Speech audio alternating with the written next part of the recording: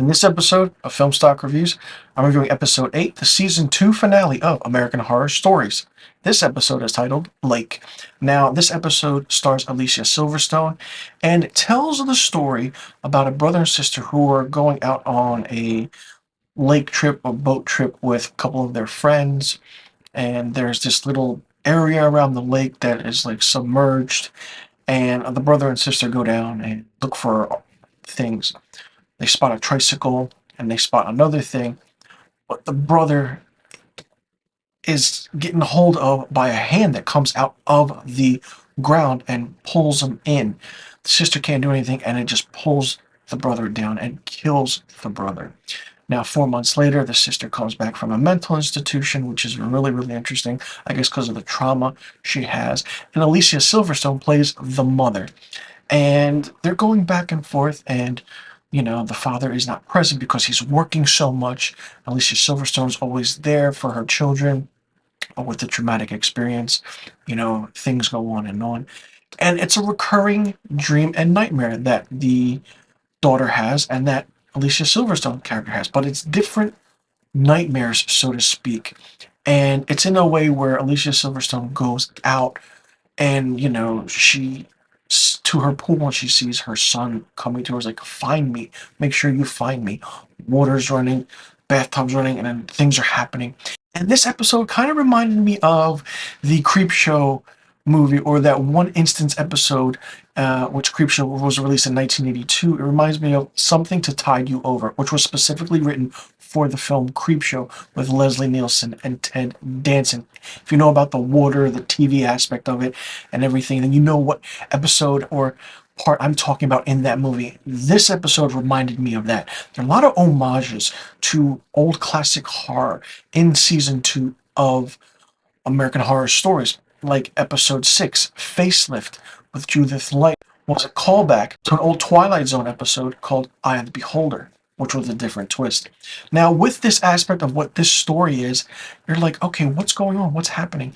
Well, the father is so enthralled with, the work he's doing and everything, so the mother and daughter decide to go back out to the lake to find their son and brother. So they do that, they find him, they bring him back and everything, and certain things happen. And as Alicia Silverstone character was down there, she took this thing away from one of the dead bodies that were in there, chained to like this concrete stone, and it's an old thing where there was an old feud between someone called Prescott and another family about building a dam, a reservoir. That all happened. And then the Prescotts evidently hid everything, killed these people, and just filled this area up with water. And at the end of it, we find out that Alicia Silverstone's character's husband is a Prescott, and he's been keeping this town, this lake, for reasons, for money purposes. So it's an interesting episode. It's a really different feeling how everything was done. The episode is not scary at all. There's no horror into it. But Alicia Silverstone in a horror show, or put her in a horror movie for that matter, is great. She really puts her all into it, 100% into it, and it's really, really fun. The episode, like I said, wasn't scary at all, but the story was really, really good. There are good and bad stories this season. While season 1 was filled with 7 episodes, while season 1 was filled with 7 episodes, season 2 is 8 episodes. So one more. But there were ups and downs. If I had to rank season 2 of American Horror Stories and the episodes, I would say I would put number 3 for me would be Bloody Mary, and then Aura, and then Dollhouse. I feel like Dollhouse is still the top for me based on how everything was done with Dennis O'Hare, the twist ending, and it was just a good way to start it. You start a season like that with an episode like that, you're setting yourself up for good things or bad things. The season 2 was like this, it was keep going, and then it just a little bit falling. Bloody Mary picked it back up. Okay, episode 6 with the homage to Twilight Zone, not bad.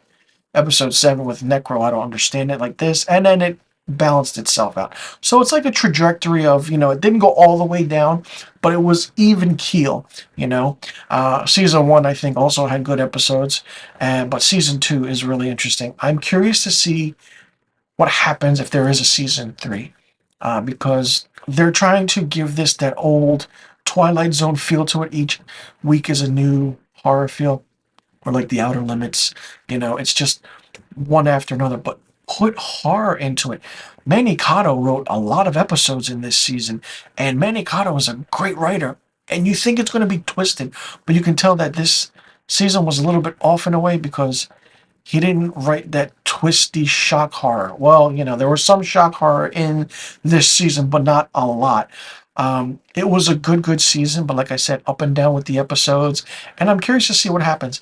This episode was good based on story-wise, but as they were progressing in the story, you could easily understand it was really predictable of how it was going to turn out or what happened, and it just ends abruptly. I wanted more to it. I wanted more understanding, and these episodes have to be more than 37 to 45 minutes long. They have to be at least an hour to get everything going, because I feel like if you put an hour into it, you can get a lot of story in and a lot more scares in, and this way, like I said, not much scary, but more so psychological with certain things. And no, I wasn't afraid, but I was paying attention to see what was happening, and it's the story that grabs you and holds your attention. For me, season 2 of American Horror Stories gets 4 out of 5 stars. Let me know in the comment section below what you thought about season 2 of American Horror Stories. Did you like it? Did you not like it? What did you think of it? And also let me know what you thought about the season 2 finale, episode 8, titled Blake. Did you like it? What did you think about Alicia Silverstone making her American Horror Story debut appearance, I believe, if I'm not mistaken? And would you like to see her in more horror movies or horror TV shows for that matter? And also let me know, if season 3 happens, what stories would you want to see, and what old classic Twilight Zone episodes do you think they will touch on? Because I'm pretty sure they will touch on them. So like I said, let me know in the comment section below about all the questions I just asked, and I'll see you all in the next review video. And thank you for tuning into my season 2 episodic weekly review of American Horror Stories.